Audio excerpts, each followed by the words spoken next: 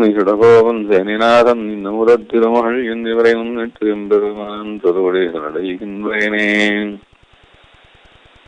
ஸ்ரீமான் வெங்கடநாதாரிய கவிதார்க்கிகேசரி வேதாந்தாச்சாரியவர்யோ மே சன்னிதத்தாம் சதாஹிருதி நித்யம் ஸ்ரேயா வசுதயா நிஷேவ்யமானம் நிர்விகார நிர்பரதயா வரிதம் விபாதி வேதாந்த வேத்யமிக வேகவதி சமீபே தீபப்பிரகாசயதி தெய்வதமத்விதீயம்.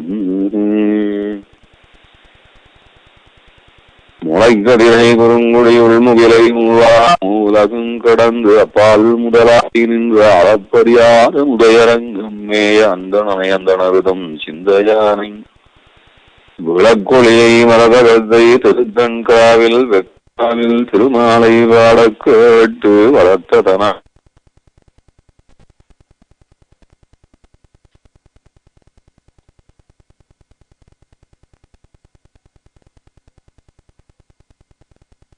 ஸ்லோகம். லேண்ட்மார்க் 49 ஸ்லோகங்களை கடந்து வந்திருக்கோம். சரணாகதியை சொல்லிக் கொடுத்து சுவாமி தேசிகன் சரணாகதிக்கு பிறகு எம்பெருமானிடத்துல நம்முடைய ஆகிஞ்சன்யத்தை அனுசந்தானம் பண்ணி கொண்டிருப்பது நல்லது. விசுவாசமாக தொடர்ந்து இருக்க வேணும். அகிருத்தியங்கள் செய்யக்கூடாது. யதாசக்தி கிருத்தியங்களை செய்து கொண்டிருக்க வேணும். அப்படி செய்ய முடியாமல் தடுக்கும் கர்ம வினைகளை நினைத்து பశ్చాத்தாபப்பட்டு கொண்டிருக்கவும் வேணும். கிடைக்க போகிறதோ ரொம்ப பெரிய புருஷார்த்தம். தாயார் நித்தியசூரிகள் எல்லாரும் பெரிய பாக்கியமான நினைப்பதான பகவத் சேவைய பெருமாள் நமக்கு கொடுக்க போறார். அவ்வளவு கிடைப்பதற்கு நாம் ஒன்னும் எதுவும் வசதியா செய்யல. அவ்வளவு கொடுப்பினை இருப்பதற்கு காரணம் ஆச்சாரியால் நமக்கு செய்து கொடுத்த சரணாகதி மாத்திரம்தான். இந்த விஷயங்களை எப்படியே ஆசை போட்டு இருக்கணும்ன்றதுக்காக சொல்லிக் கொடுத்தார். இந்த விஷயங்களை ஆசை போடுறவனுக்கு தான் புருஷார்த்தம் கிடைக்குமா மோட்சம் கிடைக்குமா என்று பார்த்தால் அப்படியெல்லாம் ஒன்றும் நிர்பந்தம் இல்லை. ஆச்சாரியர் அனுப்பிச்சதான சரணாகதியினாலேயே சித்திச்சுடுத்து. இருந்த நாளில் பிரபன்னன் தனக்கு எது அழகு என்று பார்த்து இந்த மாதிரியான பாவங்களை எல்லாம் தன்னுடைய மனசுல ரொம்ப உறுதியோடு அசை போட்டு கொண்டிருக்கணும் என்பதற்காக இந்த விஷயங்கள் சொன்னார். அது சொல்லிட்டு இந்த விஷயங்கள் நிர்பந்தம் இல்லைன்றதையும் சொல்லிட்டார். 49வது ஸ்லோகத்துல இதெல்லாம் இருந்தால்தான் நாம் அனுஷ்டிச்ச பிரபத்தியானது நமக்கு பலிக்கும் என்ற நிர்பந்தம் ஒன்றும் இல்லை. எல்லாம் அதிகப்படிதான். ஆகிஞ்சன் அனுசந்தானம் பண்ணி அழறதோ கிருத்தியாகரணங்களுக்காக வருந்துவதோ எம்பெருமானுடைய அந்த பரமபதத்திலே ஒரு வாழ்வு என்பது எப்பேற்பட்ட வாழ்வு நமக்கு அதெல்லாம் உண்மையிலே யோகியத்தையே இல்லையே என்றெல்லாம் நினைத்து பார்ப்பதோ இதெல்லாம் இருந்தால்தான் இந்த பிரபந்தனுக்கு மோட்சம் கிடைக்கும் என்றதான பாவம் ஒன்றும் கிடையாது. சரணாகதியிலேயே எல்லாம் அடங்கி போச்சு. அதற்கு மேற்கொண்டு அந்த சரணாகதன் இந்த மாதிரியான பாவத்தை தொடர்ந்து கை கொண்டிருந்தானால் அவனுக்கு ஸ்வரசமா இருக்கும். அது பகவத் பக்தி குறையாமல் இருக்கும். சரணாகதியில நிஷ்ட குறையாமல் இருக்கும். விசுவாசம் தொடர்ந்து இருக்கும். அகிருத்தியங்கள் செய்யாமல் இருப்பதற்கு அதே போல செய்ய வேண்டியதையே செய்து கொண்டிருக்க வேண்டியதற்கு ஒரு மனப்பக்குவம் இருக்கும். இப்படியான விஷயங்கள்லாம் அந்த சரணாகதிக்கு பிறகு இருந்து கொண்டிருந்தால் ரொம்ப நல்லது, க்ஷேமம். ஆனா இதுக்காக சரணாகதி ஒரு நாளும் கைவிட்டுட போறதில்லை. இதெல்லாம் இல்லைன்றதுனால இந்த 49வது ஸ்லோகத்தினாலே தெரிஞ்சிடணும். அவ்வளவு உறுதியானது சரணாகதி. பிரபந்தனை எந்த பிரகாரத்தினாலும் கைவிட மாட்டார் பெருமாள்றது. இப்ப இவ்வளவு உறுதி வந்தாச்சு. உறுதி வந்துடுத்தோம்னா ஒரு தைரியம் வரணும். அந்த தைரியத்துல மேற்கொண்டு 5 ஸ்லோகங்களினாலே சுவாமி தேசிகன் பெருமாளிடத்துல ஒரு வினோதமான ஒரு சம்பாஷணத்தை பண்றார். அதுதான் மேற்கொண்டு 5 ஸ்லோகங்கள். எந்த மாதிரியான சம்பாஷணம்னா, ஒரு விதமான சண்டை, ஒரு விதமான விவாதம், ஒரு விதமான தைரியம். என்னை நீ எப்படி விடலாம், என்னை எப்படி உன்னால விட முடியும் என்று பெருமாளிடத்துல ஒரு வாக்குவாதம். இப்படி மேற்கொண்டு இருக்கக்கூடிய 5 ஸ்லோகங்கள் ரொம்ப சுவாரஸ்யமான ஸ்லோகங்கள். அதுல சண்டை இருக்கும், தைரியம் இருக்கும், பெருமாளிடத்துல விவாதம் இருக்கும், எல்லாம் கலந்து இருக்கும். நீ என்னை எப்படி விட்டுடுவ பார்க்கலாமா என்று கூட கேட்க முடியாத அளவுக்கு ஒரு அகங்காரமும் கலந்து இருக்கும். இப்படி எல்லாம் கலந்துருக்கு. இப்போ கொஞ்சம் ஸ்லோகங்கள் முன்னாடி பார்த்தோம், அந்த ரொம்ப தீனனாய், அகிஞ்சனாய், ஒண்ணும் இல்லாதவனாய், எதுக்கும் சக்தி இல்லாதவனாய், அடியோட ஞானம் இல்லாதவனாய், ஒரு காரியமும் சரியா செய்யாதவனாய், பண்றதெல்லாம் பாபமாய், நல்ல காரியத்தை செய்யவே தெரியாதவனாய் இருந்து கொண்டிருக்கிற நான் ஒண்ணு ஆசைப்பட்டனே என்றெல்லாம் கூட சொன்னாரே. இப்ப அதுக்கு நேர்மாறா இப்ப பேச போறாரு. பெருமாளிடத்தை சண்டை போட போறார், வாக்குவாதம் பண்ண போறார், உரிமை எனக்குன்னு கேட்க போறாரு. இப்படி எல்லாம் கேட்கறதும் முன்னாடி சொன்னதுக்கும் எப்படி பொருந்து வருதுன்னா, எப்படி பெருமாளிடத்துல சீதா பிராட்டியானவளுக்கு என்ன உரிமை உண்டு, அத்தனை உரிமையும் பிரபந்தனுக்கு உண்டு. ஏற்கனவே சரணாகதியை பத்தி சொல்லச்சு, சீதா பிராட்டி ராமனை கல்யாணம் பண்ணிட்ட போது எப்படி எத்தனை உரிமையை அடைந்தாலோ அது போலதான் ஜீவாத்மாவுக்கும் பெருமாளிடத்துல சரணாகதி என்கிறதான விவாகமானால் அத்தனை உரிமை இருக்கு என்று அந்த தத்தா பிரஜா ஜனகவத்துன்னு 30வது ஸ்லோகத்துல சொல்லி கொடுத்தாருங்க.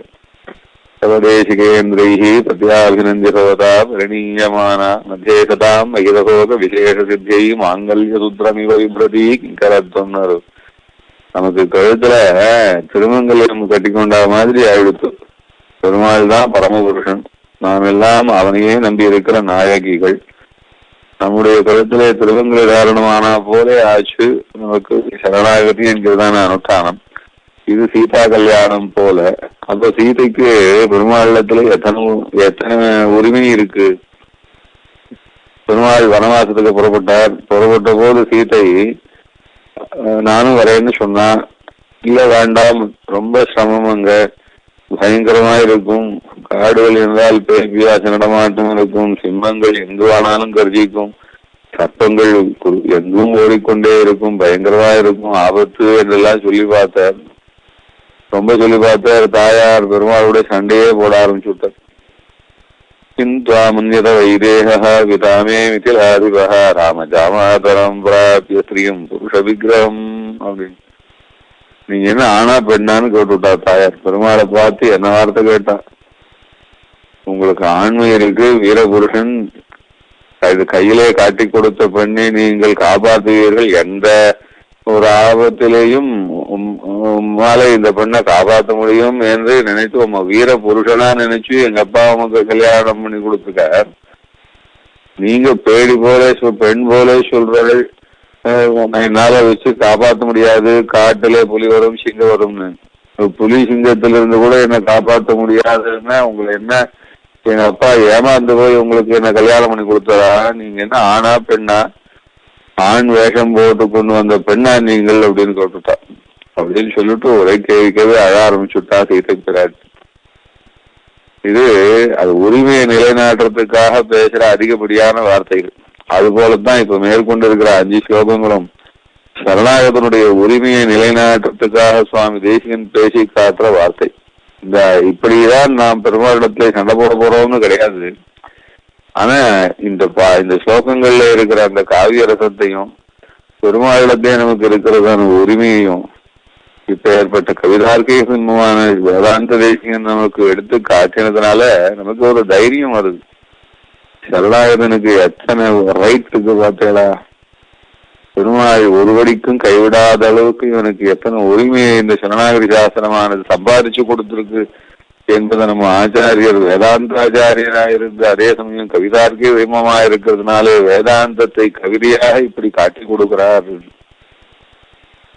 பெருமாளிடத்துல சண்டை போடுவா, உரிமையை கேட்பா, என்னை எப்படி நீ விடலாம்னு கேட்பா. இப்போ தாயார பார்த்தோம், தாயார் பெருமாளத்திலே சண்டை போட்டா, என்னை அழைச்சுட்டுதான் போகணும், உண்மை எப்படி நான் விட்டுட்டு இருப்பேன், பக்தாம் பதிவிரதாம் தீனாம் மாம்சமாம் சுகதுக்கியோகோ நேத்துமதகதிகா குஸ்த சமான சுகதுக்கினீம் அப்படின்னு. நமக்கு 2 பேருக்கும் கல்யாணத்தும் போது என்ன சொல்லி கொடுத்தா, இனிமேல் நமக்கு எல்லாம் சமபங்குன்னு சொல்லி கல்யாணம் பண்ணி கொடுத்தா. சந்தோஷம் மாத்திரம் சமபங்கு, துக்கம் வந்தா நீங்க மாத்திரம் தாங்கிக்கணும்னு சொல்லி கொடுத்தாளா? சந்தோஷப்பட்ட போது 12 வருஷமா அவங்களோட இங்க இருந்து சந்தோஷப்பட்டனே, இன்னும் ஒரு 14 வருஷம் உங்களோட காட்டுல உங்களோட சிரமத்துல நான் பங்கு கொண்டாத்தான் அந்த சந்தோஷம் தான் எனக்கு வேண்டுமே வழி அது கஷ்டமே கிடையாது. உங்களை தனியா அனுப்பிச்சு வச்சுட்டா நீங்க அங்க கஷ்டப்படுவேன்னு நினைச்சு நான் இங்க கஷ்டப்பட்டு இருப்பேன். எனக்கு இந்த கஷ்டம் தேவை கிடையாது. உங்களோட இருந்து உங்க சிரமத்திலையும் உங்க சந்தோஷத்திலையும் பங்கு கொடுத்துக்கிறதுக்காக தான் என்னை கல்யாணம் பண்ணி கொடுத்தா. சேர்ந்து சண்டை போட்டார் தாயாரன். அப்படி சண்டை, அதனால பெருமாளிடத்துல உரிமையை கேட்டு சண்டை போடலாம். அதுதான் இங்க பாசுரத்திலே காட்டி, இங்க ஸ்லோகத்தினாலே காட்டி கொடுக்கிறாரு. இளைய பெருமானும் அப்படிதான் ராமாயணத்துல சண்டை போட்டாரு. வைதர்மியம் குருஷ்வமாம் அனுஜனம் வைதர்மியம் நேகவித்தியதே அப்படின்னு. பெருமாளன் தாயாரும் கிளம்பியாச்சுன்னா பெருமாள் சொன்ன இளைய பெருமாளத்துல கூட்டு லட்சணா கொஞ்சம் ஜாக்கிரதையா இருந்துக்கோ, இனிமே பரதன் தான் எல்லாம், அப்பா அம்மா கொஞ்சம் ஜாக்கிரதையா பார்த்துக்கோ, பரதன் மகாராஜாவானபடினாலே அவங்களிடத்துலயும் மரியாதையா நடந்துக்கோ, ராஜாக்களிடத்துல எல்லாம் ரொம்ப சுவாதீனத்தெல்லாம் காட்டிடக்கூடாது, பவியமா நடந்துக்கணும், அப்பா அம்மாக்கணும் காப்பாற்றணும், இப்படிலாம் சொல்லி கொடுத்தாருன்னா அவர் இந்த வேலையெல்லாம் என்கிட்ட கொடுக்காதீங்கன்னாரு. என் வேலை உங்க பின்னாடி வர்றது மாத்திரம் தான். ஏதோ ஆம்பளையாம் பொண்டாட்டி தனியா எங்கேயோ போறா அப்படின்னா நீ கூட வரேன்னு சொன்னா என்னடா அர்த்தம்? கணவன் மனைவி தம்பதிகள் ஏகாந்தமா வனவாசத்துக்கு போனா நீயும் வரேன்னு வந்தியானா என்ன அர்த்தம் அப்படின்னா, புருஷ்வமாமனுஜனம் வைதன்யம் நேக வித்தியதே என்ன. அது எப்படி அண்ணா நீங்க அப்படி சொல்லலாம்? கணவன் மனைவி தம்பதிகள் ஏகாந்தமா வனவாசத்துக்கு போறான்னா நீங்க யாரு? ராஜாவும் ராணியும்னா போறாரு காட்டுக்கு. ராஜாவும் ராணியும் தனியா காட்டுக்கு போவா, அங்க போறது இருக்கட்டும், அப்புறம் உங்களுக்கு அங்க ஒருத்தருக்கு ஒருத்தர் எத்தனை வேலை செஞ்சுக்கணும். நீங்க ராஜா ராணிக்கு செய்வாளா, ராணி ராஜாவுக்கு செய்வாளா? இது நியாயமா? இது ராஜாவும் ராணியும் காட்டுக்கு போனான்னா வேலை செய்யறதுக்கு ஒருத்தருக்கு ஒருத்தர் வேலை செய்யறதுக்கு போனான்னா நியாயமா? அந்த சமயத்துல அந்த வேலையை செய்யறதுக்கும் ஒருத்தர் ஆகணுமோ இல்லையோ? ராஜா ராணி வேலை செய்யறதுக்கு காட்டு போனான்னா அதை பார்த்துட்டு இருக்கிறதா இந்த வேலைக்காரனுக்கு வேலையா? அதனால நீ ராஜா ராணி தான், நீங்க காட்டுக்கு தான் போறேன், நீங்க தம்பதியா தான் போறேன். ஆனா உங்களுக்கு செய்ய வேண்டிய வேலையை நான் செய்யணும், தாயாருக்கு செய்ய வேண்டிய வேலையை நான் செய்யணும். அதை விட்டுட்டு ராணிக்கு செய்ய வேண்டிய வேலையை ராஜா செஞ்சுட்டு ராஜாவை செய்ய வேண்டிய ராணி, இது எப்படி நியாயமாகும் அப்படின்னு வாக்குவாதம் பண்றது. குருஷ்வமாம் அனுச்சரம் வைதர்மியம் நேக வித்தியத்தை. நான் உங்களுக்கு வேலைக்காரனா கூட வந்துட்டானு சுவாமி ஆகணும், வேலைக்காரனா வரட்டும்ல. இருந்தாலும் நான் என்னுடைய பத்னியோடைய போல நீ உன்னுடைய பத்னிய இங்க விட்டுட்டு வரலாமா? இது நியாயமா அப்படின்னு. குருஷ்வமா அனுஜனம் வைதர்மியம் நேக வித்தியத்தை. ஒன்னும் தப்பு இல்லை. நான் உங்களை விட்டுட்டு இங்க இருந்தா தான் எங்க ஆத்துல எங்க ஆம்பியா சண்டை போடுவோம். அது எப்படி நீங்க அண்ணாவை மண்ணியை விட்டுட்டு இங்க இருக்கும்போது சண்டை போடுவோம். அவகிட்ட பேசி அவகிட்ட இருந்து நான் தப்பிக்கணும்னாலே நான் உங்ககிட்டதான் ஆசிர்வதிச்சு ஆகணும். ஏன்னா நான் எப்படி கைங்கரியம் பண்ணால்தான் அவளுக்கு சந்தோஷமோ அதே போல நான் கைங்கரியம் பண்ணாம இருந்து ஆத்துல இருந்தான்னா அவன் நொந்து போயிடுவோம். அவன் நொந்து கிடக்கிறத பாக்குறதுக்கு ஆத்துல இருக்கணுமான்னு. குருஷ்வமாமனுஜனம் வைதர்மியம் நேக வித்தியதே. அதுவும் அக்கா வேற. இந்த சீத்தை என் தன்மை ஆம்பியாளுக்கு அக்கா கஷ்டப்படுறாரு, அத்திம்பேர் கஷ்டப்படுறாரு, உங்க அண்ணா கஷ்டப்படுறாரு, அண்ணா மன்னி 2 உறவு வேற, மன்னி வேற அக்கா வேற. சீதைக்கு கைங்கரியம் பண்றதுக்கு காட்டுக்கு போங்க அவ வரட்டுவோம். அதனால குருஷ்வமாமனுஜனம் வைதர்மியம் நேக வித்தியதே அப்படின்னு சொன்னது. அப்புறம் திருப்பியும் இன்னொன்னு ஆண்டவன் சொல்லுவேன், அவ சீத்தையோ ரொம்ப பெரிய இடத்துல இருந்து வந்திருக்கா, அவ பெரிய ஆச்சாரக்காரியவோ. அப்பேற்பட்ட ஆச்சாரக்காரிக்கு நான் ஆச்சார புருஷனா இருக்கிறதே எவ்வளவு பெரிய கஷ்டம். ஏன்னா அவளுடைய ஆச்சாரத்துக்கு நான் ஈடு கொடுக்க வேண்டியிருக்கு. கர்மனைகி சம்சித்தியும் ஆசிரா ஜனகாரியான்னு சொல்லியிருக்கா. ஜனகர் அவ்வளோ ஆச்சாரம், அவருடைய ஆச்சாரமாக்கும் அவருக்கு கர்மயோகம். அந்த கர்மயோகத்தினாலே பகவானே சாட்சாத்கரிக்கிற அளவுக்கு அவ்வளவு சுத்தமான ஆச்சாரம். அவத்து பொண்ணு இவளும் அதே மாதிரி ஆச்சாரமா இருக்கா. இவ ஆச்சாரத்தை பார்த்து இவளுக்காக நான் இன்னும் எவ்வளவு ஆச்சாரமா இருக்கேன். இப்படி எல்லாம் நாங்க ஆச்சார தம்பதியா இருக்குச்சு. நீ இருந்து அங்க என்னடா கைங்கரியம் பண்ண முடியும்னு கேட்கறியா? குருஷ்வமானுச்சரம் வைதர்மியம் நேக வித்தியதே. ஜனகர் எவ்வளவு ஆச்சாரமோ அதுக்கு மேல வசிஷ்ட ஆச்சாரம்னு சொல்லுவா சுவாமி. வசிஷ்டர் எனக்கு ஆச்சாரம் சொல்லி கொடுத்துருக்கார். அந்த வசிஷ்டர் சொல்லி கொடுத்த ஆச்சாரத்தை வச்சுட்டு தான் நீரே சீத்தை கிட்ட சமாளிக்கிறீர் ஆச்சாரத்தை.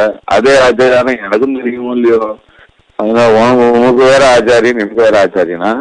அதனால உன் ஆச்சாரியன் கிட்ட தான் நானும் வாசிச்சேன். அதனால எனக்கும் ஆச்சாரம் தெரியும், ஒன்னும் பயப்பட வேண்டாம்.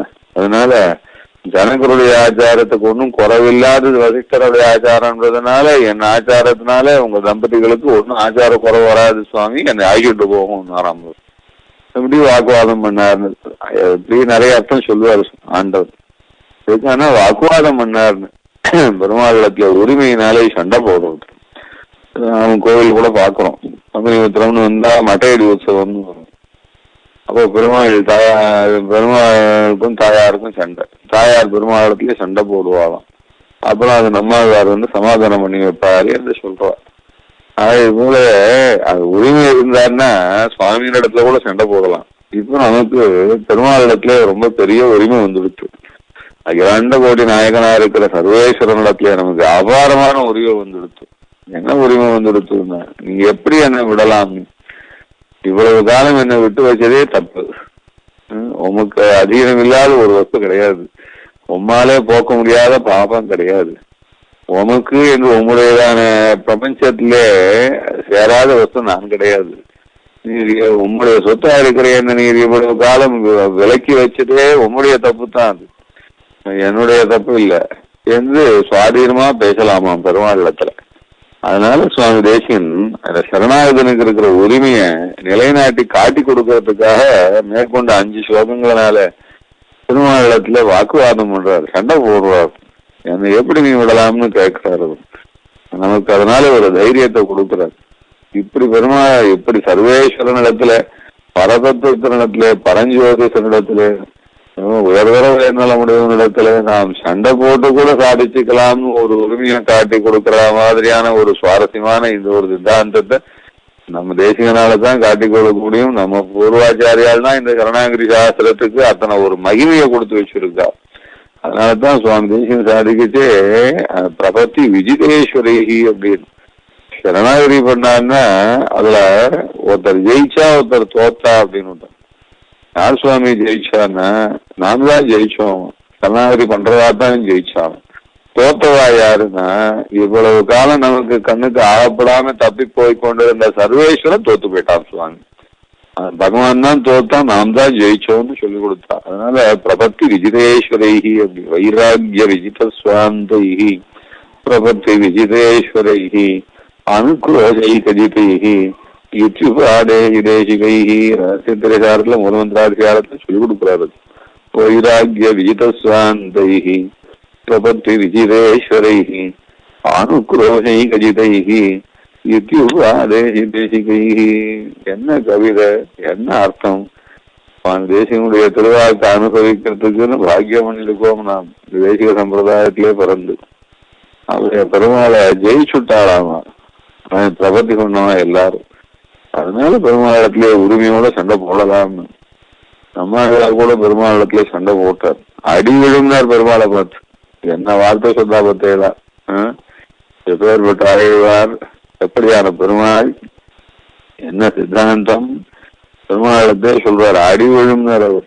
இப்படி கூட சொல்வாளா சுவாமி? ஒரு பக்தன் சொல்லுவாங்க, சர்வேஸ்வரனிடத்திலே சொல்லுவாங்க, தனக்கு ஆத்மாவான பரமாத்மாவிடத்திலே இந்த வார்த்தை சொல்லுவானா அப்படின்னு.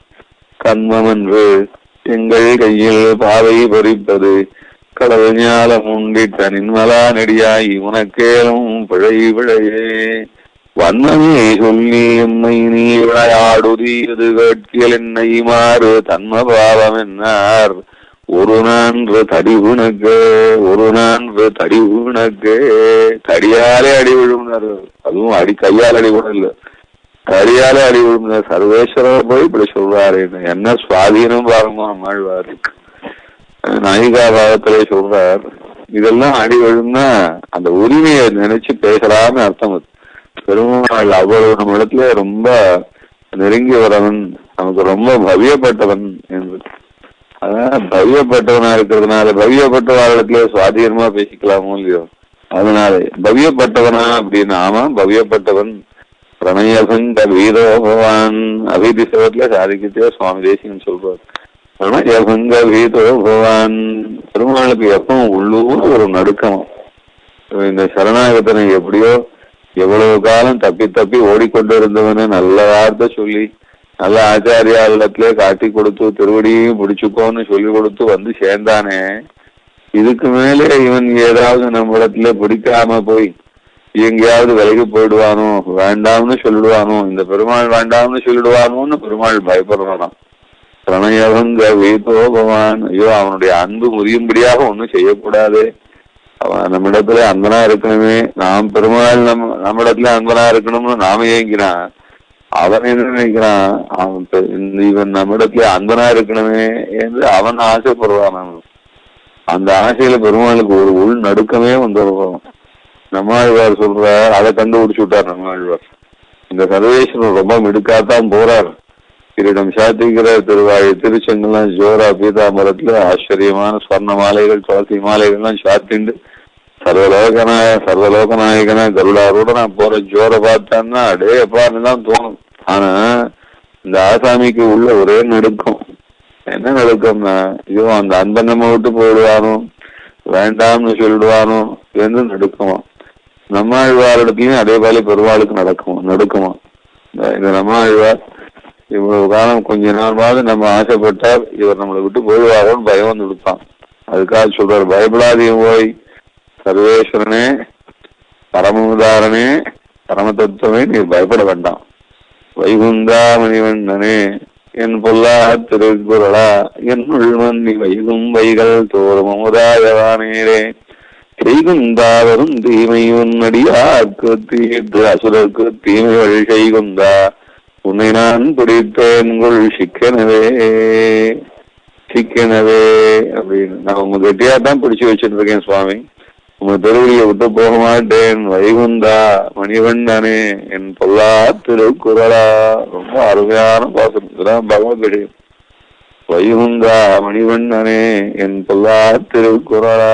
உன்னை எப்படி விடுவேன்? உனக்கு மேன்மை இல்லை என்று விடுவேனா? எனக்கு உபகாரங்கள் இல்லை என்று விடுவேனா? நீ அழகன் இல்லை என்று விடுவேனா? என்னுடைய வினைகளை களையவில்லை என்று விடுவேனா? எனக்கு பிடிக்கவில்லை என்று விடுவேனா? விடுவதற்கு ஏதாவது ஒரு காரணம் வேணுமே சுவாமி. வைகுந்தா எவ்வளவு மேன்மை உடையவன் நீ. மணிவண்ணனே எவ்வளவு அழகா இருக்கியப்பா. என் பொல்லா திருக்குறளா என்னுள் மன்னி என்னை வஞ்சித்து என்னை ஆட்படுத்தி கொண்டவனே. பொல்லா திருக்குறளா என்னுள் மன்னி வைகள் தோறும் அமுதாயவானேரே. எனக்கு பிடிக்கவில்லை என்று எப்படி விடுவேன்? அமிர்தமா இருக்கேப்பா. நாள் திங்கள் ஆண்டோடி ஒழிதரும் அப்பொழுதைக்கு அப்பொழுதேன் ஆறாக அமுதமே. ஒரு நாள் அனுபவிச்சாலும் ஒரு நாள் பூரா அனுபவிச்சாலும் ஆனந்தமா இருக்கு. ஒரு மாசம் பூரா அனுபவிச்சாலும் ஆனந்தமா இருக்கு. ஒரு ஆண்டு பூரா அனுபவிச்சாலும் ரசமா இருக்கேப்பா. இல்ல ஒரு ஊழி தோறும் எத்தனை யுகங்கள் அனுபவிச்சாலும் போரும்னே தோணலையே. ஆனந்தமா இருக்கு. உன்னை எப்படி விடுவேன்? உன்னை விடமாட்டேன். நீ ஒன்னும் பயப்படாது. பெருமாளுக்கு இருக்கிற பெருமையை சொல்லி பெருமாளை ஞாபகப்படுத்தி ஆழ்வார் சொல்றார், உன்னை ஒன்னும் விட்டுவிட மாட்டேன், நீ ஒன்னும் பயப்படாதையும். அவன் உன்னை நான் பிடித்தேன் சிக்கனவே. நூல் சிக்கு போட்டுண்டா பிரிக்க முடியாதபடிக்கு நூல் சிக்கு போட்டா எப்படி இருக்கும், அது போல என் கையால உன்னுடைய திருவடியிலே நான் சிக்கு போட்டு விட்டேன். அப்படியா? உன்னை நான் பிடித்தேன் சிக்கனவே. அவ்வளவு கெட்டியா பிடிச்சிருந்தான்னு அர்த்தம். கையாலே திருவடியிலே சிக்கு போட முடியாது. அவ்வளவு உன்னை நான் பிடித்தேன் சிக்கனவே. சிக்கு பிடிச்சிருந்தா எப்படி பிரிக்க முடியாதோ அது போல உன் திருவடியை பிடிச்சுன்னு விட்டேன். அப்புறம்தான் பெருமாளுக்கு தைரியம் வந்துதான். இப்படி பெருமாளத்துல பார்த்து நீ பயப்பட வேண்டாம், நான் உன்னை விட்டு போக மாட்டேன்னு பெருமாளுக்கு ஆறுதல் சொல்றா போல இந்த 10 பாட்டு அது பெருமாளுக்கு அந்த பக்தனிடத்துல சரணாகத நிலத்துல அவ்வளவு பிரியமாம். அவன் விலகி போனால் பெருமாளுக்கு பெரிய நஷ்டப்பட்டா போல நினைச்சுப்பாராம். இப்ப பெருமாளுக்கு நஷ்டம் வருவது என்றால் பெருமாள் பயப்படுறாரோ இல்லையோ? அப்போ பயந்தவனை பார்த்து மிரட்டுறதுன்றது இன்னொரு அதிகாரிக்கு யோகியத்தை உண்டோ இல்லையோ? அதனாலதான் அழ்வாருமே இது போல மிரட்டி காட்டுறாரு. அதான் ஒண்ணு சொன்னேன், கண்மம் என்று எங்கள் கையில் பாவை பறிப்பது கடல் ஞாலம் உண்டிட்டான் என்மாரா நடியாய் உனக்கேலும் பிழை விழையே அப்படின்னு. அதனால இப்ப இந்த ஸ்லோகம் என்னன்னா 50வது ஸ்லோகத்துல யத்வாமதத்த பரிசிந்தனயாம் சம்யாம் பிரபன்ன இது சாதிகோ விபர்மி ஏவம் சிதே त्वदपवाद நிவృத்தயே மாம் பாத்ரீகுருஷ்வ பகவன் பகவத கிருபாயா. உம்முடைய கிருபைக்கு என்னை அடியனை கட்டாயம் நீர் பாத்திரமாக்கி கொள்ளத்தான் வேணும். எதாமதத்த பரிசிந்தனையா ததாலம். ஒன்னும் யோசிக்காதீங்க சுவாமி, ஒன்னும் யோசிக்க வேண்டாம். இவன் என்ன தப்பு பண்ணிருக்கான், இவன் சேர்த்துக்கலாமா, இவன் யோக்கியனா, சேர்த்துனா விட்டு இவன் கைங்கரியத்துல ஒழுங்கா வேலை செய்வானா, இவனை சேர்த்துக்கிற அளவுக்கு இவனை யாராவது சிபாரிசு பண்ணிருக்காளா, இதெல்லாம் இனிமேல் யோசிக்க வேண்டிய அவசியமே கிடையாதுன்றார் பெருமாளை பார்த்து. அப்படி சுவாதீனமா பேசுறாரு. இந்த மாதிரி சுவாதீனமா பேசுறதுன்றதெல்லாம் எல்லாம் பெரியவாள் சொல்லி கொடுத்ததுதான் சொல்றாரு சுவாமி தேசிகம். நம்மாழ்வாரை பத்தி சொன்னோமே, அதுல என்ன விஷயம்தான், நம்மாழ்வார் நாயிகாபாவம். கண்ணன் வருவான்னு ரொம்ப காத்துட்டு இருந்தார். கண்ணன் வரவே இல்லை. ரொம்ப நாள் கடந்து வரான், ரொம்ப நேரம் கடந்து வந்தான். கோபம் வந்துடுத்து, நீ இனிமே வராத, என் பக்கமே வராத சேர்ந்து கண்ணனை பார்த்து கோபிச்சுக்கிறார் அழுவார்.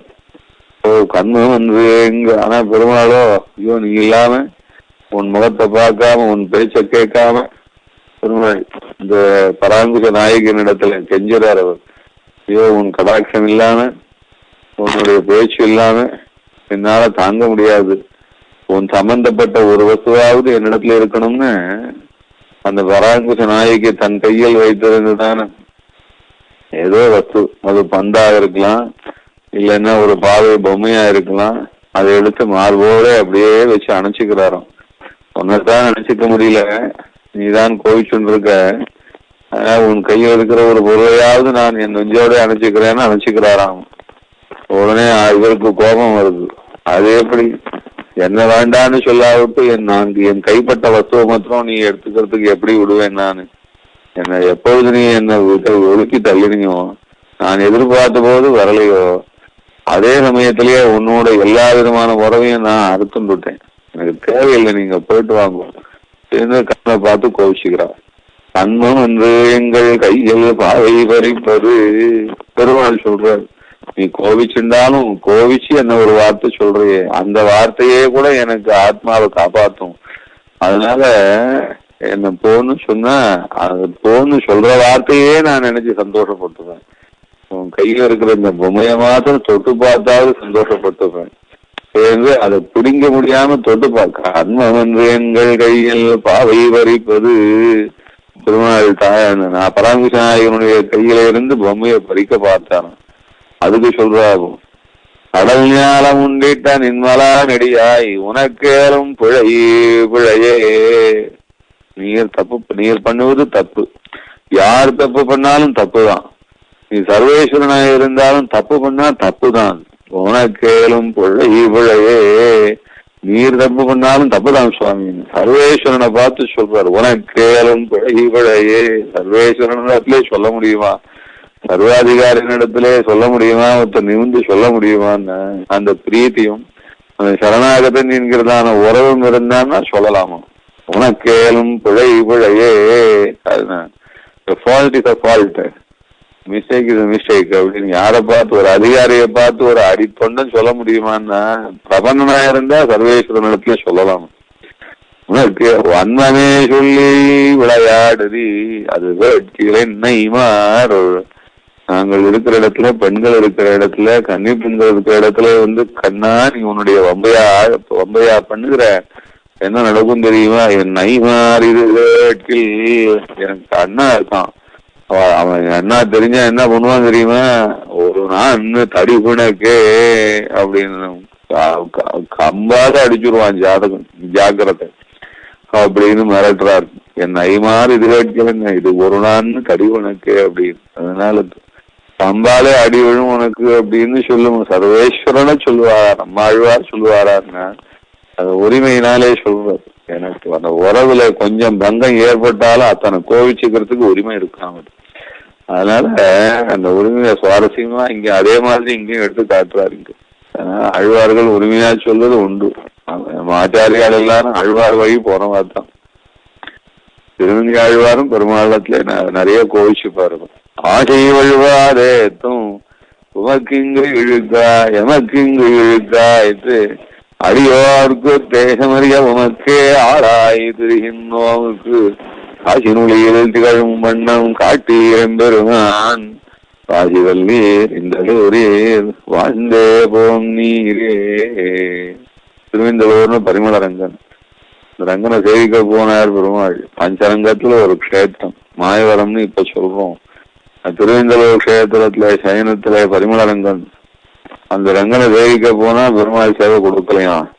தரைய சாத்தின்னு இருக்கா, தரையே விளக்கவே இல்லையாம் பெருமாள்.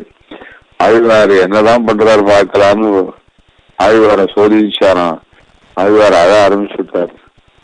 என்னை இப்படி சேவை கொடுக்காம இது இப்படி வஞ்சனை பண்றீரே சுவாமி, இது இப்படி வஞ்சனை பண்றீரே. மற்ற ஆழ்வார்கள் எல்லாம் அர்ச்சாவதாரம் இல்லைன்னா கொஞ்ச நேரம் கிருஷ்ணாவதாரம் நினைச்சுப்பா, கிருஷ்ணாவதாரத்தை நினைச்சுட்டு அப்புறம் கொஞ்சம் ராமாவதாரத்தை, அதுக்கப்புறம் அப்படியே போவா பரமபதநாதன் நினைச்சுப்பா, அப்படியே திவ்யாத்மஸ்வரூபம் எல்லாத்தையும் வியாபிச்சிருக்கிற முடிய அந்த ஆத்மஸ்வரூபத்தை நினைச்சுப்பா.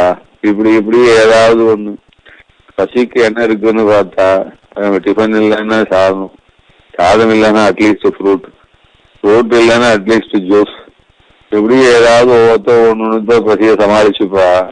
ஆனா சுவாமி நான் அப்படி இல்லையே, காட்டினானே நுந்த மடிக்கள் காட்டில் நமக்கு இந்த நாட்டே வந்ததுண்டன அங்களையோமே. என்ன நினைச்சுட்டு சுவாமி, இந்த அர்ச்சாவதார சேவை கிடக்க வேண்டாம், அந்த க்ஷணமே எனக்கு மூச்சு போடுமே. இந்த அர்ச்சாவதாரத்தை விட்டா விபவாவதாரம், விபவாவதாரத்தை விட்டா பரமபதத்துல நாதன்னு யாரையாவது நான் அனுபவிச்சுட்டு போவேன்னு நினைச்சீரா? நம்முடைய திருமேனிய காட்டாமல் போனால் இந்த க்ஷணத்திலேயே மூச்சு போடுவேன் சுவாமி. முன்னை வண்ணம் பாலின் வண்ணம் முழுதும் நல நின்ற பின்னை வண்ணம் கொண்டல் வண்ணம் வண்ணமென்கால் பொன்னின் வண்ணம் மணியின் வண்ணம் புறையும் திருமேனி என்ன வண்ணம் என்று காட்டீர். அதுல என்ன போறது தெரியுமா இல்ல அப்படின்னு. வாசிவல்லீர் இந்த ஊரீர் வாழ்ந்தே போம் நீரே. உங்களுடைய திருமேனியாக நீரே பார்த்துக்கும், கண்ணாடி முன்னாடி போய் நின்றுக்கும். உங்களுடைய திருமேனியாக நீரே பார்த்துக்கும், அழகான திருமேனிய நீரே கட்டிக்கும். உங்களுடைய திருமேனிய நீரே 4 கை வச்சுருக்கிறோம் இல்லையா, 4 கையால உங்களுடைய திருமேனிய நீயே முனிய கட்டிக்கோ போ அப்படின்னாரு. வாசிவல்லீர் இந்த நீரே நீரே மழை கண்டு நீரே மழையை ரசித்து நீரே உம்முடைய திருமேனியை கட்டி கொண்டு போம். பக்தானான் தொம் பிரகாசத்தே. ஆத்மஸ்வரூபமா இருக்கிற நீர் பக்தர்களுக்காக என்று அழகான திருமேனிய எடுத்துக்கொண்டு சேவை சாதித்து பக்தர்களை மகிழ்விப்பதற்காக என்று இருப்பதாக சாஸ்திரங்களிலே சொல்லி வச்சிருக்க. அத்தனை சாஸ்திரமும் போய் உம்ம திருமேனி நீர் பார்த்து நீர் சந்தோஷப்பட்ட நீர் கட்டிக்கிறதுக்காகத்தான் வச்சுட்டு இருக்கேன்னு இப்ப தெரிஞ்சுட்டேன் சுவாமி. வாழ்ந்தே போம் நீரே. இந்த திருமேனியாலே நாங்கள் வாழ்வோம் என்று சாஸ்திரம் சொல்றது இல்ல, இந்த திருமேனியை வச்சு நீரே வாழ்ந்துக்கோம் போம் அப்படின்னு சொல்லி பெருமாளை பார்த்து விசாரம். அதுபோல பெருமாளத்துல உரிமையா பேசுறது. மடல்னு ஒரு பிரபந்தம் இருக்கு, இந்த பிரபந்தத்திலும் எப்படித்தான் உரிமையா பேசுறது. இந்த சிவனகரி தீபிகைக்கு அப்புறம் என்ன சொல்லலாம்னு யோசிச்சா மடல் பிரபந்தத்தை சொல்லி அதை அனுபவிக்கலாம்னு கூட தோன்றது. சிறிய மடல் பெரிய மடல்னு, சிறிய திருமடல் பெரிய திருமடல்னு சொல்லுவார். ரெண்டுத்துலயா கரியன் பெருமாளிடத்துல உரிமையா சண்டை போடுறாரு அவர். அது பெருமாளிடத்துல சுவாரஸ்யமான சண்டையா இருக்கும். அது பெரிய சிறிய திருமடல் பெரிய திருமடல், அதுலயும் இப்படித்தான் சண்டை போடுவார். அது போல இங்கேயும் பெருமாளிடத்துல அழுவார்கள் வழியில தேசிகனும் கேட்கிறாரு. எப்படி என்ன விடலாம் சுவாமி அப்படின்னு. இதுலயே பெருமாள் இடத்துல அத்தனை கோபமும் அத்தனை அழுகையும் அத்தனை ஆத்திரமும் அந்த உரிமையினால யாரு அதிகமா சொல்லி காட்டியிருக்கான்னு ஆண்டாள் தான் சொல்லி காட்டியிருக்கா. அவளு அந்த மாதிரியா இருக்கும் ஆண்டாள் வார்த்தை. உள்ளே உருகினை வேணை உழலோ இழலோ என்ன அதா கொள்ளை கொள்ளி குறும்பனை கோவர்தனனை கண்டகால் கொள்ளும் பயன் ஒன்றில்லாத கொங்கை தன்னை கிழங்கோடும் அள்ளி பறித்துட்டு அவன் மாறு விளைந்து என்ன அலை தீர்வேனே. அப்படியே உடம்பெல்லாம் வேகிறது. ஆண்டாள் சொல்றா, இந்த கண்ணன் வரல, என்னை பார்த்து ஒரு சிரிப்பு சிரிக்கல, என்னை பார்த்து ஒரு பேச்சு பேசல, என் கைய தீண்ட மாட்டேங்கிறான், உடம்பெல்லாம் அப்படியே பத்தின்னு எரியுது, இந்த உஷ்ணம் எப்படி இருக்கு, நான் பிரபஞ்சமே எரிஞ்சிரும், அவ்வளவு தாகமா இருக்கு, உடம்பெல்லாம் எரியுது, என்ன பண்ணலான்னு பார்த்தோம். ஒரே ஆத்திரமா வருது இந்த கண்ணன் மேல. உள்ளே உருகினை வேனை உழலோ இழலோ என்னாத நான் இவ்வளவு தவிக்கச்சே, இப்படி ஒரு பெண் இருக்காளா இல்லையான்னு கூட கேட்க கூட மாட்டேங்கிறான் அப்படின்னு. உழலோ இழலோ என்ன அத உயிரோடு இருக்காளா இல்ல செத்துதான் போயிட்டாளான்னு கூட யோசிக்க மாட்டேங்கிறான். கொலை கொள்ளி குறும்பனை கோவர்தனனை கண்ட கால் தன்னுடைய அழகு காட்டி தன்னுடைய திவ்ய சரித்திரங்களை சொல்ல வச்சு சவனம் கீர்த்தனம் விஷ்ணு ஸ்மரணம் இப்படியெல்லாம் என்னை தனக்கு காட்டி கொடுத்து இப்போது அடியோட என்னை பலிக்க வச்சிருக்கானே, இப்ப ஏற்பட்ட குறும்பன் இருக்கானே கோவர்தனனை கண்ட கால், அவனை மட்டும் பார்த்தேன்னா அடுத்த காரியம் என்ன பண்ணுவான் தெரியுமான்னு, கொள்ளும் பயன் ஒன்றில்லாத கோங்கை தன்னை கிழங்கோடும் அவன் மார்பிலே அனைவரும் ஆத்திரப்பட்டு கொண்டு இருக்கிறதானே இந்த முறைகளுக்கு மார்பகங்கள் இருக்கு, இந்த மார்பகங்களை கிழங்கோடும் அள்ளி பறித்துட்டு அப்படியே நகத்தால புடுங்கி எரிந்து மார்பலை போட்டு அரைஞ்சி, இந்த இது நன்னா இருக்குச்சே, என்னோட இருக்குச்சே, என் மார்பில் இருக்குச்சே, உன்னை சந்தோஷப்படுத்தும்படியான வஸ்துவா இருக்குச்சே, இதை நீ உபயோகப்படுத்திக்கல, இது நாசமா போகட்டும் என்று கொங்கை நன்னை கிழங்கோடும் அள்ளி பறித்துட்டு அவன் மார்பில் எறிந்து அப்படின்னு அப்படியே ரத்தமும் சதையுமா அவன் மார்பில போட்டு இந்த கொங்கையை தூக்கி அரையணும் அவன் மார்பில அப்படின்னு அள்ளி பறித்துட்டு அவன் மார்பில் எறிந்து என் அதலை தீர்வேனே. அப்பதான் என்னுடைய தானே இந்த தாகம் இருக்கு, இந்த கிருஷ்ண தாகம் இருக்கு, இந்த தாபம் இருக்கு, அப்பதான் இது சாகும் அப்படின்னு அவன் அதுதான் அவ்வளவு கோபமாம் பெருமாள் மேல.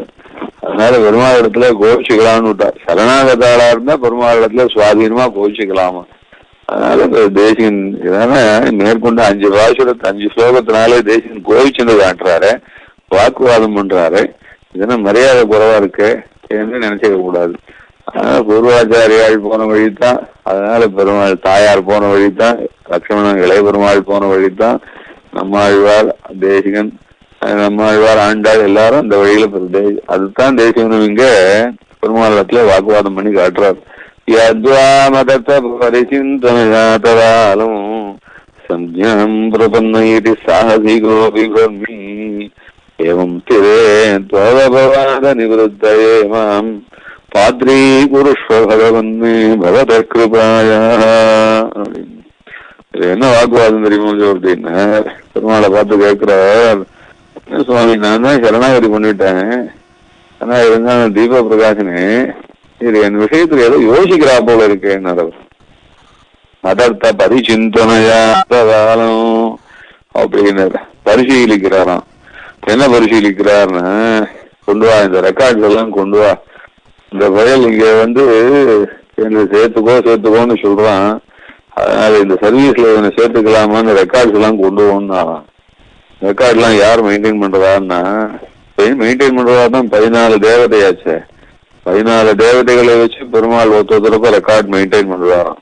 இந்த பஞ்சபூதங்கள் ஆச்சு, சூரியன் சந்திரன் ஆச்சு, அதே மாதிரி இந்த யமதர்மன் ஆச்சு, சித்திரகுப்தன் ஆச்சு, இப்படி பசுக்கள் ஆச்சு, அதாவது எல்லாத்தையும் கூட்டு வச்சு எல்லாரையும் 14 பேர் மெயின்டைன் பண்றாங்க. காலோ தர்ம இது ஹேதே தைஹ்யஸ்ய சாட்சிணா அப்படின்னு இந்த 14 காலதேவன் எல்லாம் எல்லாருக்கிட்டே 14 பேர்கிட்ட ரெக்கார்டு வாங்கி பரிசீலனை பண்றாராம். அது பரிசீலனை பண்ணா ஒவ்வொரு தோலையோ தள்ளுறாராம். அப்ப பார்த்தா எந்த பக்கத்துலயும் தேசிகனுக்கு சேர்த்துக்கிறதுக்கு உண்டான ஒரு அறிகுறியும் காணுமா. அதான் கேட்கிறார் அவர். என்ன சுவாமி வேதனை பண்ணிட்டு இருக்கு, ரெக்கார்டெல்லாம் எடுத்து பாக்குறீரு, நியாயமானு கேட்கிறார். எதுவா மதர்த்த பரிசிந்தனையா தவாலம், முதல்ல அந்த வேலையை நிறுத்தும்னார் அவர் பெருமாள் இடத்துல. என்னுடைய ரெக்கார்டை எடுத்து பார்க்கிற வேலையை இனிமே வச்சுக்காதையும், ரெக்கார்டு பாக்குற வேலையெல்லாம் எங்கிட்ட வேண்டாம், வேற யாருக்கிட்டே வச்சுப்போம் அப்படின்னாராம். உடனே பெருமாள் நிமிந்து பார்த்தாராம். என்ன சுவாமி இது வந்து டியூட்டிக்கு சேர்றேன்னு சொல்றாரு, வேலைக்கு வரவனுடைய பாஸ்ட் ரெக்கார்டு என்னன்னு பார்க்க வேண்டாமா, எல்லாம் அவனை சேர்த்துக்க முடியுமா என்ன அப்படின்னு கேட்டாராம்.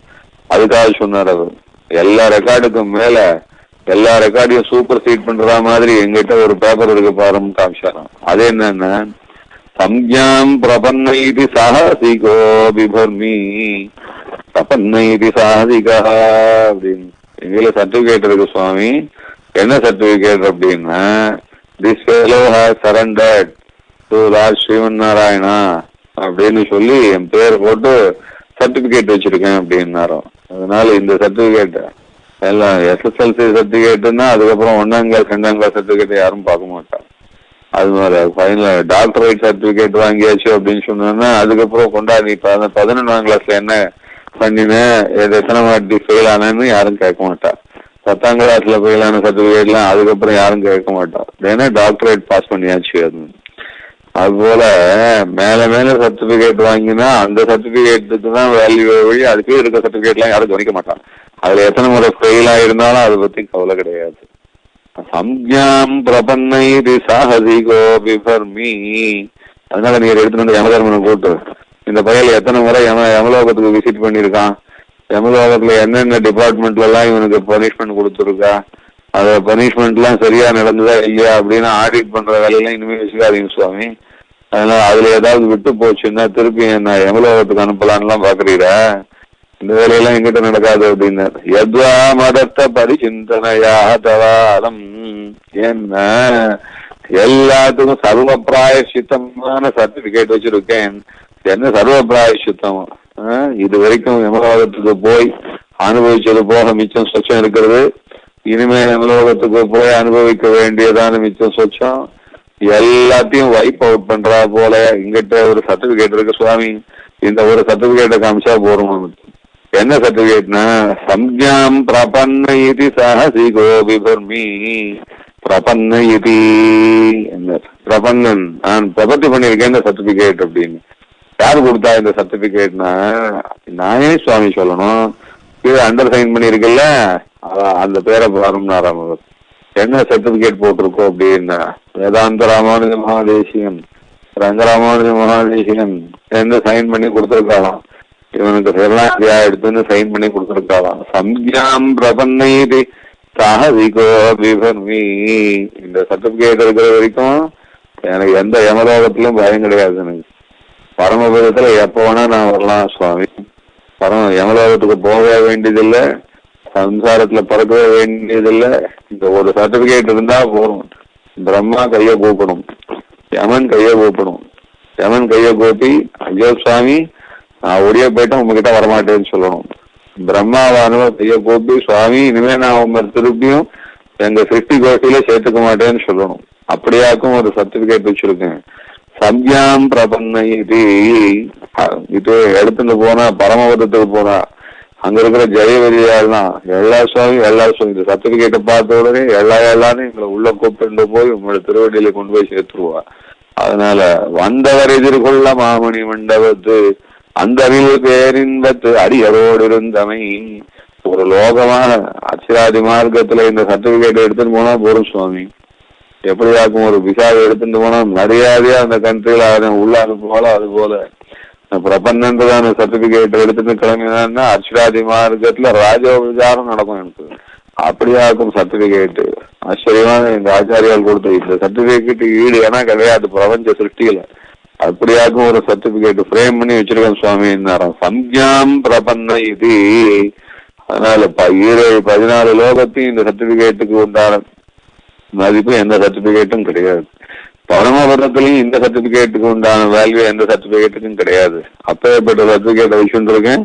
நீ என்ன சுவாமி இப்பதான் இப்ப பழைய ரெக்கார்டெல்லாம் எடுத்து பாக்குறீரா, எத்வா மதத்த பரிசிந்தனையா தவாலம் அப்படின்னு.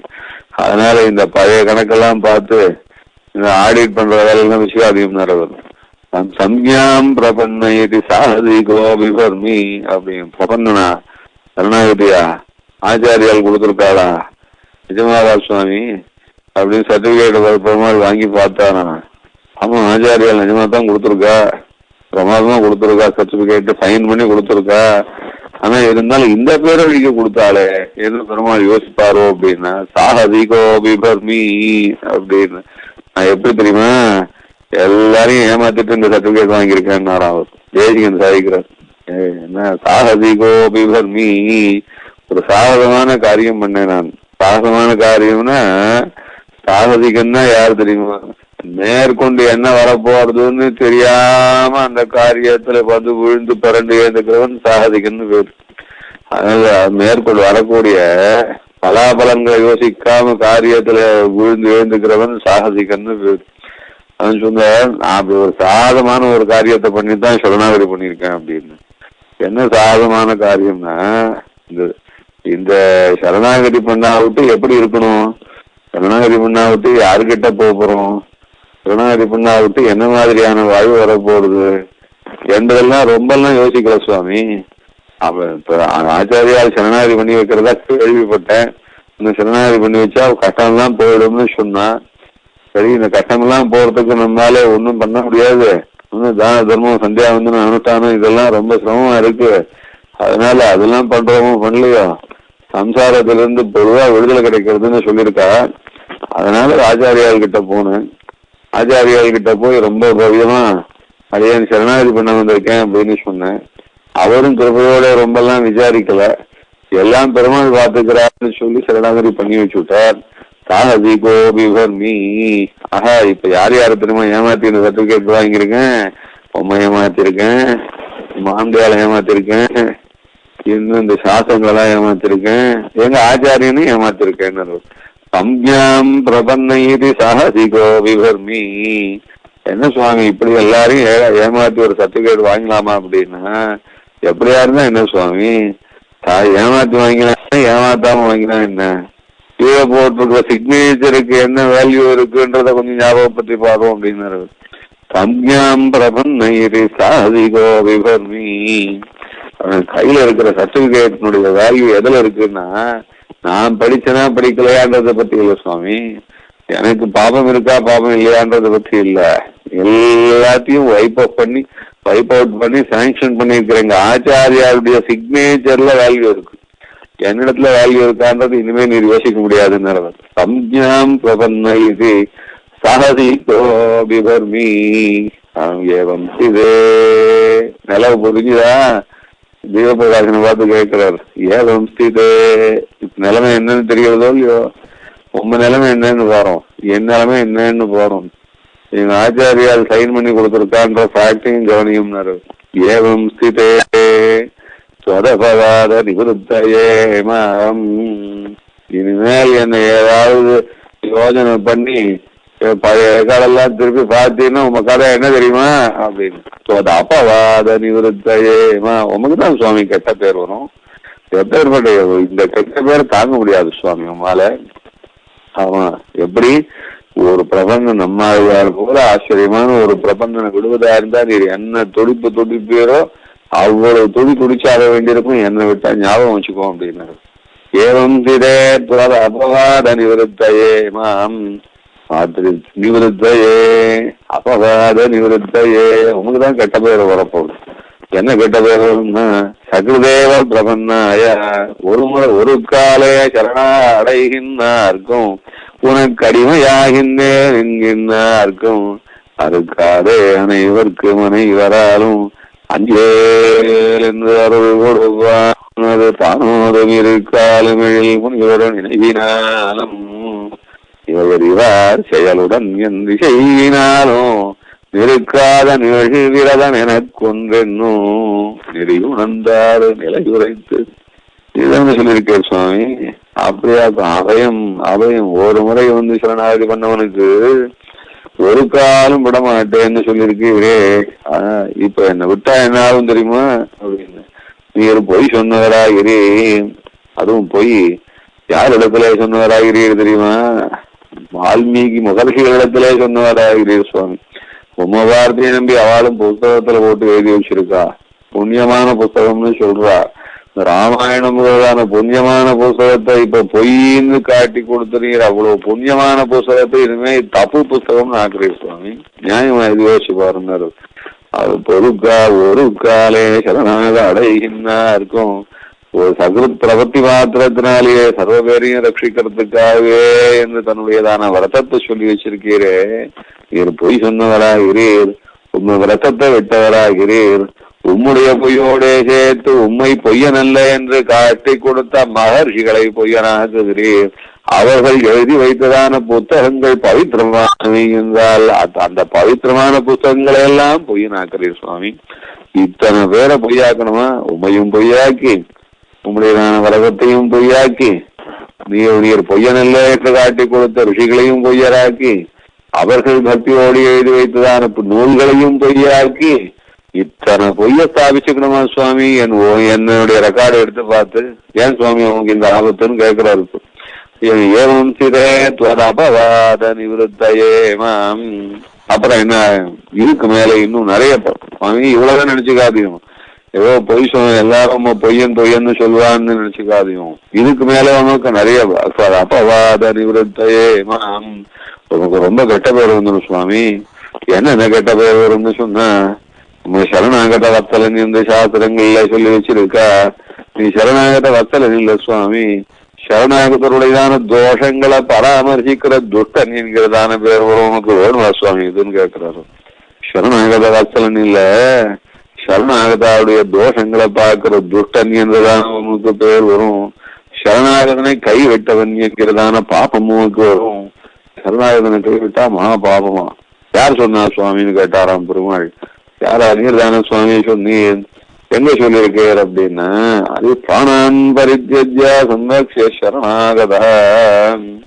ராமாயணத்துல சொல்ற அந்த விபீஷண பிரகரணத்துல சொல்லச்சே, ஆதாய சுகிருதந்தஸ்ய சர்வம் கச்சேதாக்ஷிதா.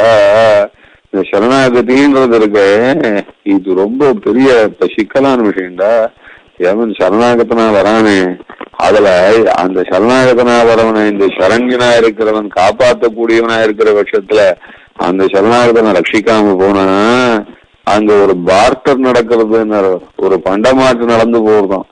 என்ன நடக்கிறதுன்னா, அந்த சரணாகத்தனா வரவன் அவனுடைய பாபத்தை தூக்கி இந்த சரண்யனுடைய தலையில போட்டுட்டு சரண்யனுடைய புண்ணியத்தெல்லாம் சரணாகதன் தூக்கிட்டு போடுறான்னு சொன்னீரா இல்லையா சுவாமி? ஆதாய சுகிருதந்தஸ்ய சர்வங்கச்சே தரக்ஷிதா. ராமாயணத்துல சொன்னீரா இல்லையா? இப்போ உங்க கதை என்ன ஆகுதுன்னு வரும். அபவாத நிவிருத்தையே மாம். நான் சரணாகதி என்று உங்க காலை பிடிச்சுன்னேன். நீர் சரண்யன். உங்களுடைய அதிருஷ்டத்துக்கு கணக்கே கிடையாது, என்னுடையதான பாபத்துக்கும் கணக்கே கிடையாது. ஆனா இப்ப சரணாகதன்னு நான் வந்ததுனால உங்க திருவடியை பிடிச்சுண்டா நீர் என்ன மறுத்து ஒதுக்கினீன்னு என்ன ஆக போகுது? நீர் சொன்ன பிலாசபி பிரகாரம் பார்த்தான்னா என்னுடைய துரதிருஷ்டம்லாம் உனக்கு, அப்புறம் உங்களுடைய அதிருஷ்டம்லாம் எனக்கு. இது வேணுமா சுவாமி? ஏவம் சிரே துவத அபவாத நிவிருத்தையே மாம். இவ்வளவு கஷ்டம் வேண்டாம் சுவாமி. என்ன நீ ரொம்ப திருவடிகளை சேர்த்துண்டான்னா நமக்கு பெரிய லாபம் தான் இருக்கு. என்ன லாபம்னா, நல்ல கைங்கரிய பலன் ஒருத்தம் கிடைச்சான்னு ஒரு லாபம் இருக்கு. இப்ப சேர்த்துக்காம போனா என்ன ஆகும் தெரியுமோன்னா, ஒரு கைங்கரிய பலன் வந்தான், அஞ்சேல் என்று கேட்டு வந்தான், அவையம்னு கேட்டு வந்தான். அஞ்சேல்னு சொன்னார் பெருமாள். கிட்ட வந்த உடனே வேண்டான்னு சொல்லிட்டார். நல்ல கைங்கரிய பலன் வந்தான் சுவாமி. அந்த நல்ல கைங்கரிய பலனெல்லாம் இவர் சேர்த்துக்கிறது இல்லை சுவாமி. ஆச்சாரியா இவனை சேர்த்துக்கோன்னு ரெக்கமெண்ட் பண்ணா சேர்த்துக்க மாட்டேன்றார் சுவாமி என்று உங்களுக்கு தான் இப்ப ஏற்பட்டதான அபவாதம் வரும். அப்புறம் என்ன ஆகும் தெரியுமா? இவன் எந்த ஆச்சாரியன் எந்த சர்டிபிகேட் கொடுத்தாலும் அதெல்லாம் சொல்லுமா செல்லாதான்றத பெருமாள் இனிமேல் தீர்மானம் பண்ணித்தான் சொல்லுவார் என்று ஆச்சாரியாளுக்கு அபவாதம் வரும் சுவாமி. ஆச்சாரியாளுக்கு அபவாதம் வந்து அது உனக்கு வர அபவாதம் தான். அது உன்னைத்தான் நம்பிதான் அவள்லாம் கையெழுத்து போட்டு கொடுத்தா. அதனால சம்யாம் பிரபன்னைதி சாஹதிகோ விபர்மி. அதான் ஜாகிரத. சரணாகதனை கை விட்டுட்டான்னா தவிச்சுடலாம் நினைக்காதீங்க சுவாமி. அதனால இது பொய் சொன்னீர்னு ஆகும், சரணாகதனை கை வெட்டீர்னு ஆகும், கைங்கரியபரன் ஒண்ணு நம்பி வந்தால் அவனு வேலைக்கு சேர்த்துக்கலன்னா அவன் ஆச்சாரியால் கொடுத்த சர்டிபிகேட்டையும் இந்த பெருமாள் மதிக்கல என்று ஆகிவிடும். இதுக்கு மேல இன்னொன்னு சொல்லிருக்கு. என்ன அப்படின்னா, ஞானி ஏதோ ஆத்மீவமே மதம், எனக்கு ஞானிகள்லாம் என்ன ஆத்மான்னு சொல்லியிருக்கு. நீங்க ஆத்மாவுக்கு துரோகம் பண்ணிக்காதீங்க சுவாமின்னார் பெருமாளை பார்த்து. அபவாத நிவృత్తயே மாம், ஆத்மாவுக்கு துரோகம் அப்படின்னு. ஆமா, ஞானிக்கு ஆத்மீவமே மதம்னு சொல்லியிருக்கு. நான் ஞானிகளை தான் ஒத்துக்கிறேன், ஆனா எங்க ஆச்சாரியா அதுக்கு ஞானி தான், அதை நீ ஒண்ணும் இல்லைன்னு சொல்ல முடியாது. எப்ப ஏற்பட்டதாள்னா தத்துவங்கள் எல்லாம் தகவல் அறிவித்து முத்து வழி தந்தார் மொய்களே, அத்திவத்தில் ஆனவதமும் ஆறாம் இருநிலத்தில் வந்து உரைத்தார் தாரமுதல் ஒதுவித்தார் தாம்.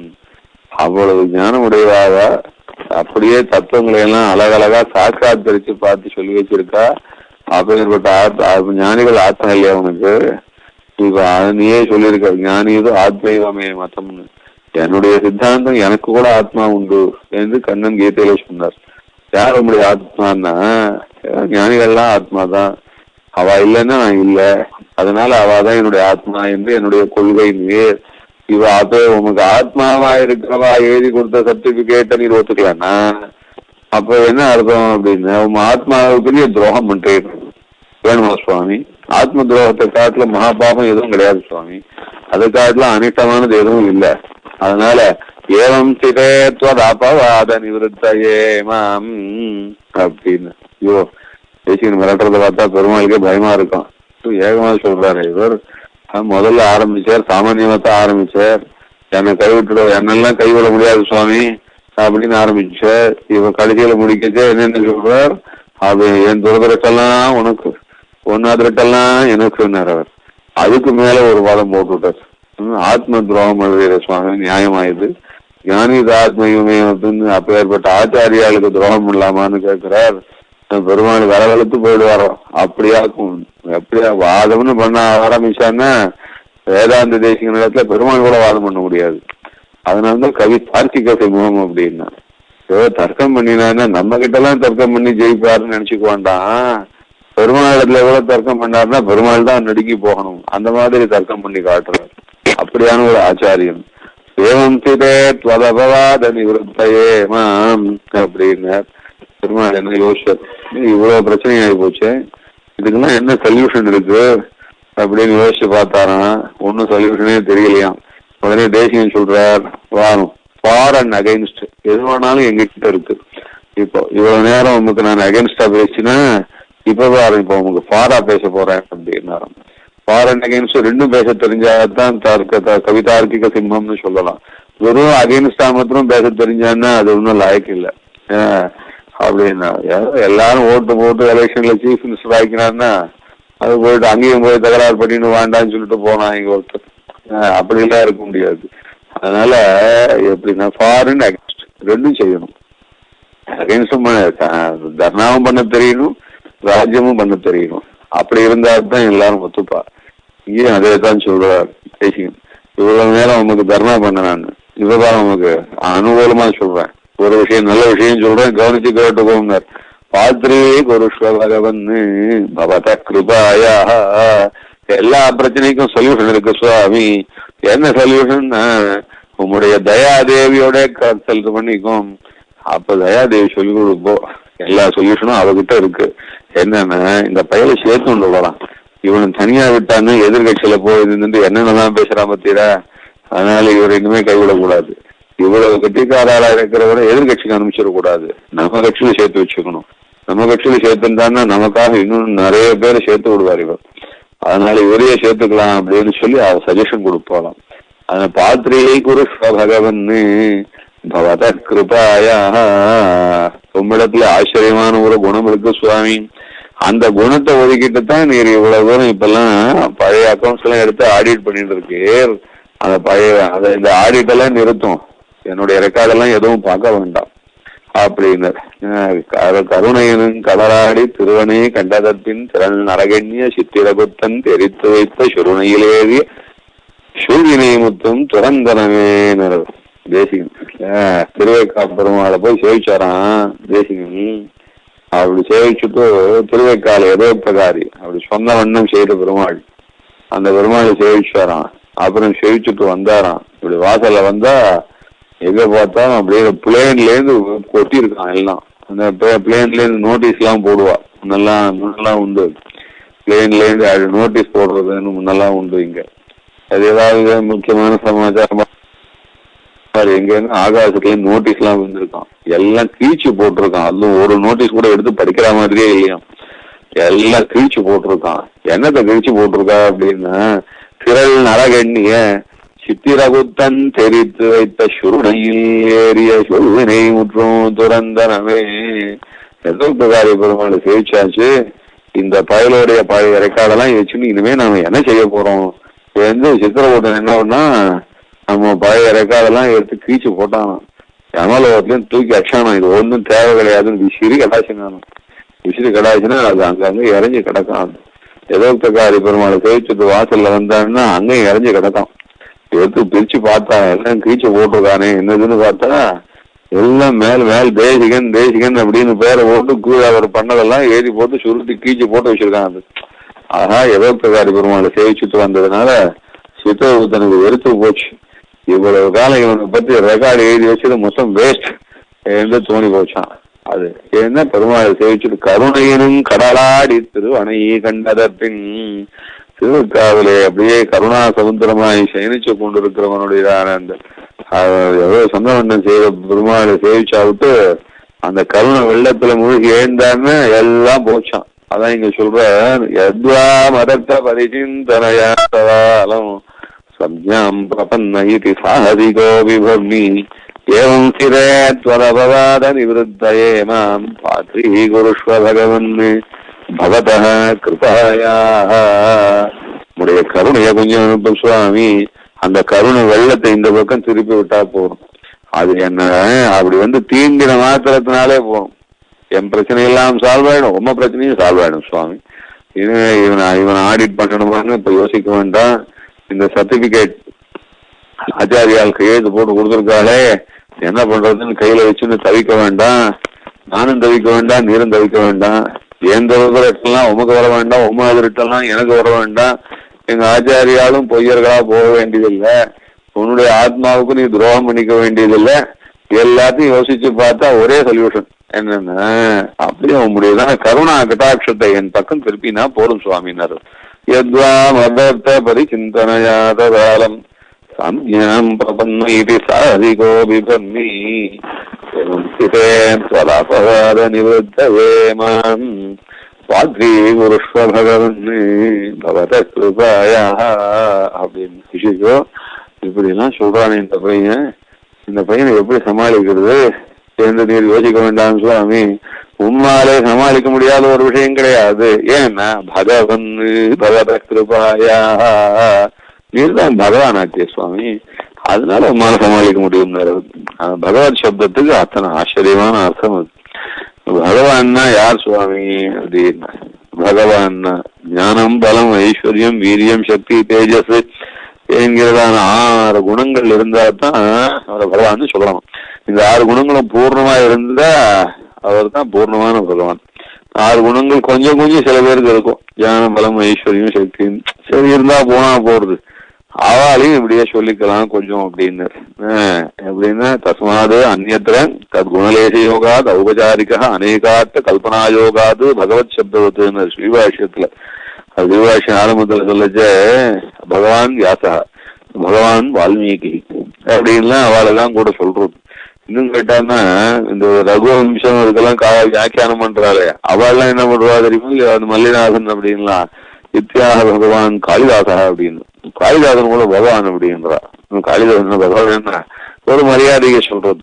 யாத்திர பகவான் சொல்றது, வால்மீகி பகவான் சொல்றது, எல்லாம் மரியாதைக்காக சொல்றது, பகவத் சப்தத்தை சொல்றது. அதான் சொன்னார் பாஷ்யக்காரர். இப்படி கொஞ்சம் பெரியவாளெல்லாம் பகவான் சொல்றது உண்டு. அதெல்லாம் எதுக்காகன்னா இந்த ஞானம், பலம், ஐஸ்வர்யம், வீரியம், சக்தி, தேஜஸ்ன்னு இருக்கு. இதுல ஏதோ கொஞ்சம் அவாகிட்ட இருந்ததுன்னா சரியா இல்ல இருக்கிறதுனால அப்படின்னு தனவான்னு சொல்றோம். தனவான்னா எவ்வளவு அப்படின்னா எல்லாம் 1 லட்சம் வச்சிருந்தாலும் பணக்காரன்றா, 1 கோடி வச்சிருந்தாலும் பணக்காரன்னு சொல்ற, 1000 கோடி வச்சிருந்தாலும் பணக்காரன்ற, 1,00,000 கோடி வச்சிருந்தாலும் பணக்காரன்ற. இன்னும் வார்த்தை ஒரே பணக்காரன் தான். பணக்காரன் ஒரு வார்த்தைய 1,00,000 வச்சிருக்கிறவனுக்கும் சொல்றா, 1 கோடி வச்சிருக்கணும், 1000 கோடி வச்சிருக்கிறவனு சொல்றா. நியாயம் இது. அவ 1 கோடி வச்சிருக்கவனுக்கு இவனுக்கு பணக்காரன்னா அவனுக்கு வேற பேர் வச்சுதானே சொல்லணும். இல்ல, அது சொல்றதுக்கு ஏதோ சில வார்த்தைகளை தான் சூஸ் பண்ணிக்க முடியும், அதனால பணக்காரன்னு சொல்ற. அது மாதிரி பகவான்னு வியாசர் பகவான், வால்மீகி பகவான், காளயாத்தன பகவான் இப்படி எல்லாம் சொல்லிக்கிறாளே. வாஸ்தவத்துல பகவத் சப்தம் யாரிடத்துல பொருந்தும் அப்படின்னா, உற்பத்தியும் பிரளயம் செய்வ பூதானாம் அகதிங்கதிம் வேத்தி வித்யாம் அவித்யாஞ்ச சவாச்சோ பகவானிதி அப்படின்னு. இந்த ஜகத்து உற்பத்தி ஆறுது எப்படி, ஜகத்து அஸ்தமிக்கிறது எப்படி, இந்த ஜகத்து நிலை பெற்று இருக்கிறது எப்படி, இந்த ஜகத்துல இருக்கிற இந்த சேதனா சேதனங்கள்லாம் எதனா எவ்வளவு நாள் இருக்கும், இந்த சேதனங்கள் அதெல்லாம் எத்தாலே நிலை பெற்று இருக்கு, இந்த சேதனங்கள் அவளுடைய பூர்வ கர்மா என்ன, அந்த கர்மாவுக்கு அவ அடைய போகிறதான பலன்கள் என்ன, இப்ப இருக்கவா எந்த லோகத்துக்கெல்லாம் போக போறா, அப்புறம் அதுக்கப்புறம் எங்கேருந்து வர போறா, இது போல பிரபஞ்சத்தை பத்தி சர்வமும் தெரிஞ்சவாதான் பகவான்னு சொல்லலாமா. அப்படி சொல்லணும்னா அது பிரம்மாவால கூட முடியாது. ஏன்னா பிரம்மாவுக்கு இந்த சிருஷ்டி தான் தெரியும், அதுக்கப்புறம் அடுத்த சிருஷ்டியை பத்தி அவருக்கு ஒன்றும் தெரியாது. அதனால சர்வ சிருஷ்டிகளை பத்தியும், அதுல இங்க சிருஷ்டிகளுக்கு சிருஷ்டிக்கப்படுகின்றதான இந்த சேதன அச்சேதனங்களை பத்தியும், அதுல இந்த சேதனங்களுடையதான கதிகளை பத்தியும் பரிபூர்ணமா தெரிஞ்சு வச்சுருக்கிற யார் உண்டோ அவாதான் பகவானா பெருமாளத்தான் சொல்லுவோம். அப்ப ஏற்பட்ட அவ்வளவு ஞானம் இருக்கு. அதுக்கு மேல இத்தனையும் நடத்தி கொடுக்குற அவ்வளவு சக்தி இருக்கு.